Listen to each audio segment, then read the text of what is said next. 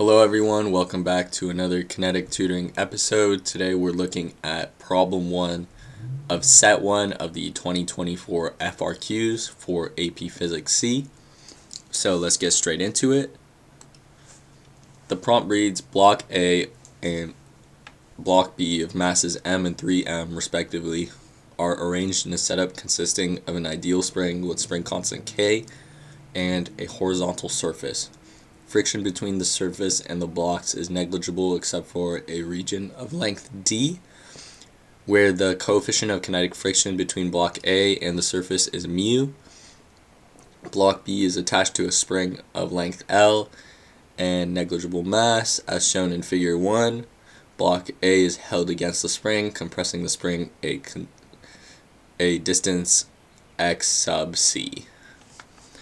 Alright, so part A is asking us to derive an expression for the speed of block A at time t1. So we can see from time t0 to time t1, all that happens is that the spring decompresses, so the spring potential energy of the spring will be converted into kinetic energy. So we have our energy equation, 1/2 kx sub c squared is equal to 1/2 mv squared. From here, all we have to do is to we just have to find v, separate v. So what we'll do is we'll get rid of the 1/2, divide this side by m, so we'll get kxc squared over m. That'll give us v squared, so the square root of that will give us v. So there's your answer for part 1. Part 2 asks us for the expression for the two-block system immediately after the collision here. So we can see here that the block has the speed is decreased because of this friction area. There's work being done to the block by friction. So first we need to calculate the speed here, and then after that we can use momentum to calculate the speed after they collide. So what we're gonna have is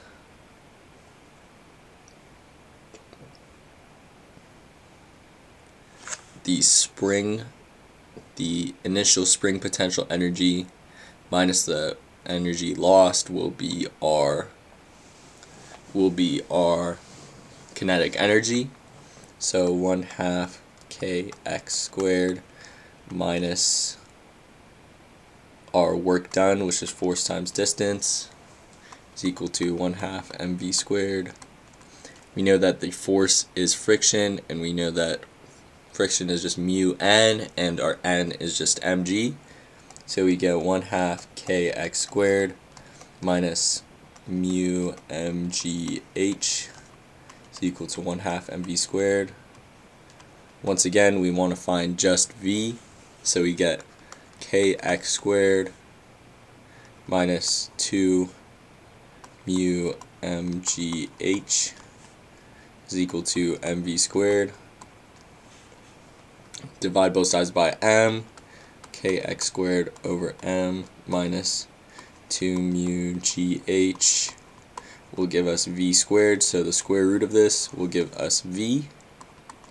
So since we have our velocity before the collision here, we know that all that happens is that momentum is conserved in this inelastic collision. So when this block sticks to this block, energy and momentum are both conserved. So since we add the masses, m plus 3m will give us 4m. Since the mass quadruples and mv is going to stay the same, that means the velocity is 1/4 of the original velocity. So here will be our final answer, 1/4 of this square root for our v of A and B. There you have it. And then let's move on to the next parts. The next part is asking, sketch a graph of the kinetic energy of the block as a function of time. So from x0 to x1, we can see that the spring decompresses. And as the spring decompresses, the spring force is getting smaller and smaller. And since the spring force is getting smaller and smaller, because the spring force is k times x, where x is the compression distance, which is decreasing, and k is the spring constant, which is going to obviously stay constant. Since the spring force is decreasing, that means that the acceleration on the block is also decreasing, which means the change in velocity is going to decrease.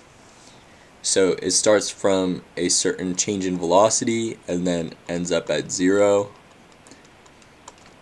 And then from x1 to x2, this work causes a constant decrease in velocity.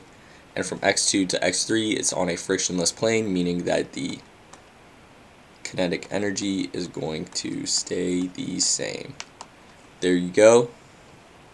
So, as explained here, the velocity is going to be changing in such a manner that it's going to start with a certain change in velocity that is great, and then the change in velocity is going to slowly decrease until that reaches 0. And there's the explanation for part 2 over here. And for now, the last part, it's saying this thing here is going to be oscillating at a small angle, and it's asking if the length L happened to be 2L, how would this affect the frequency?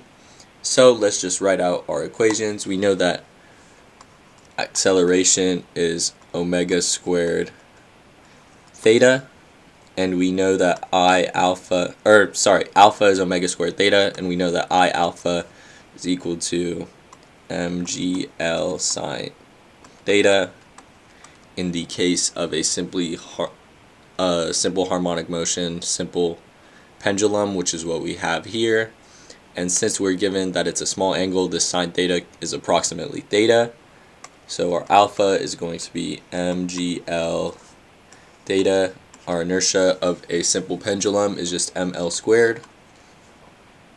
And that gives us alpha is equal to g over L theta. That being said, we can plug these two equations into each other. We'll get that omega squared is equal to g over L, meaning that omega is root g over L. We know that omega is simply 2 pi over period. So that means that our period is going to be 2 pi root L over G. And we know that period is 1 over frequency, or frequency is 1 over period. So, our frequency would be 1 over 2 pi root L over G. And as we can see here, whenever our L gets bigger, this makes our entire denominator bigger, making our term for our frequency smaller. So the frequency of 2L is going to be less than the frequency of L. And that's all I have for you guys. That's how you solve every single part of this problem. Thanks for watching. I hope you learned how to solve this problem. If you have any questions, make sure to leave them in the comments below. And I will see you all next time.